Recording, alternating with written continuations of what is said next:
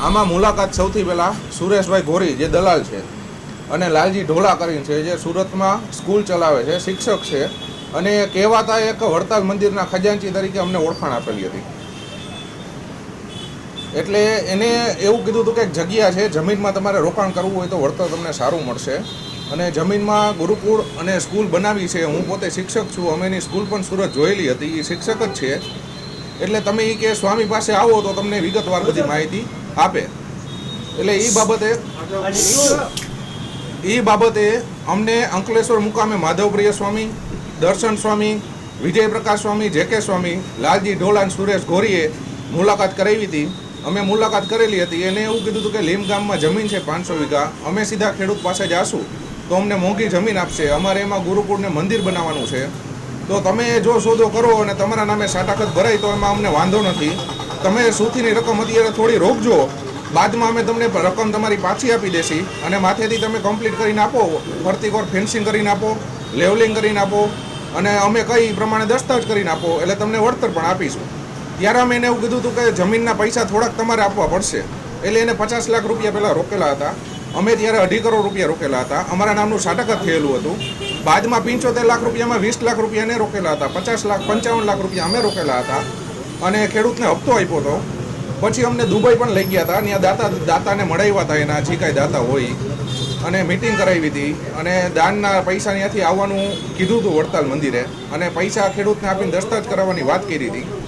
બાદમાં સુરતમાં એક ફરિયાદ થઈ અને છાપામાં આવ્યું દિવ્ય ભાસ્કરમાં કે ડૉક્ટર છે એની સાથે કૌભાંડ થયું છે અને 2.5 કરોડ રૂપિયાનું આખું કૌભાંડ છે, મંદિર બનાવવાનો મામલો છે. એટલે અમને ખબર પડી કે અમારી સાથે પણ આવું થયું હોય એવું લાગે છે, કારણ કે અમારો આરોપી એમાં સેમ હતા આરોપી. એટલે અમે ડૉક્ટરનો કોન્ટેક્ટ કર્યો સુરત. ત્યારે ડૉક્ટર સાહેબે એવું કીધું કે મને નહીં 10 થી 15 જણાના ફોન આવ્યા છે, બધાય સાથે કૌભાંડ થયું છે અને તમારી જમીનમાં 3 સાટાઘાત થયા છે. એટલે અમને ત્યારે ખબર પડી કે અમારી અગાઉ 2 મહિના અગાઉ પણ એક સાટાઘાત થયું છે, એની પાસેથી 1.5-2 કરોડ રૂપિયા લીધા છે, અમારી પાસેથી પેમેન્ટ લીધું છે અને અમારા 2 મહિના પછી ત્રીજા વ્યક્તિ છે સુનિલભાઈ ડાભી કરીને સુરતમાં, એને પણ સાટાઘાત કરી આપ્યું છે અને એની પાસેથી પણ 3.5 કરોડ રૂપિયા લીધા છે. એટલે આ લોકોની મોડસ ઓપરેન્ડી એ છે. અમે તપાસ બધી કરી, અમને જાણ થઈ, અમને એ ખબર પડી કે આ લોકોની મોડસ ઓપરેન્ડી એવી છે કે એક જમીન રીંજા ગામની જમીન છે, એમાં 10 સાટાઘાત થયેલા છે. 1 કરોડ રૂપિયાથી લઈને 10 કરોડ રૂપિયા સુધીની રકમ અવેજની લીધી છે. કોઈને પૈસા પાછા આપતા નથી, જમીનનો દસ્તાવેજ પણ કોઈને કરી નથી આપતા અને અવેજ વસૂલ કરીને સ્વામીને, ખેડૂતને, દલાલ બધાય ભાગ બટાઈ કરીને પૈસાનું આખું કૌભાંડ કરે છે.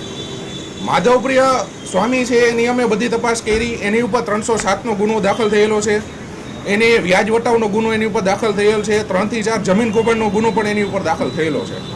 અને વિજયપ્રકાશ સ્વામી છે જે જાલણસર ગુરુકુળ ચલાવે છે, ત્યાં પણ આની પહેલાં મહિલામાં પણ એના વિડીયો વાયરલ ઘણા થયેલા છે, અમને જાણમાં પણ આવ્યું છે, જોયેલા પણ છે. એને માર પણ મારવામાં આની પહેલાં જમીન કૌભાંડમાં આવ્યો છે. જેકે સ્વામી છે એની ઉપર અત્યારે નહીં 10 ગુના જમીન કૌભાંડના છે, અત્યારે ચાલુ છે, એ ફરાર છે છેલ્લા 6 મહિનાથી. અને દર્શન સ્વામી છે એની ઉપર 3 થી 4 ગુના ચાલુ છે. અને આ લોકો મોડેસ ઓપરેન્ડીથી સ્વામિનારાયણ ધર્મના બેકગ્રાઉન્ડમાં એને એવું છે કે અમારો ધર્મ અમને સપોર્ટ આપશે, પણ હકીકતે વડતાલ મંદિરેથી કાઢી મૂકેલા સ્વામી છે. આને કોઈ સાચવવાવાળું નથી, આને આગળ પાછળ કોઈ નથી. અને આ લોકો પૈસા બધાય ભેગા કરીને એના ભાઈ જે બાંધકામનું સુરતમાં કામ કરે છે, બધાય પૈસા ત્યાં ટ્રાન્સફર કરે છે. અમારી સાથે 3 કરોડ રૂપિયા, 3 કરોડ 4,50,000 રૂપિયાની છેતરપિંડી છે. અને અમારી પહેલાં જેનું સાટાઘાત થયું છે એની સાથે 1.5 કરોડનું છે. અમારા પછી જે સાટાઘાત થયું છે એની પાસે 3.5 કરોડનું કૌભાંડ છે. અને રીંજા ગામમાં જે કૌભાંડ થયું છે એ સ્વામીઓ જ કરેલું છે, એમાં 1 કરોડ રૂપિયાથી લઈને 10 કરોડ રૂપિયાની અવેજ લીધેલી છે. ધમકી તો એવી જ આવે કે ટૂંકમાં તમે ફરિયાદ કરોમાં, નકર અમારે રાજકારણી સપોર્ટ બહુ સારા છે ને અમારે નવતમ સ્વામીને કઈ એમ અમે કરે, નવતમ સ્વામીનું નામ બતાવે છે. હકીકતે નવતમ સ્વામી એ મળેલા હોય ન હોય અમને કાંઈ ખ્યાલ નથી. અમને જ્યારે જમીન કૌભાંડ કર્યું, વ્યાજ વટાવની પણ ઘણી ફરિયાદો થયેલી છે. 10 દિવસ પહેલાં સીએમ સાહેબને મેલ મારફતે અમે જે દર્શક જેવા ફરિયાદી છીએ બધા ભેગા મળેલા છીએ, ભેગા થઈને મેલ મારફત બધી FIR બધી કોપી બધી આપેલી છે.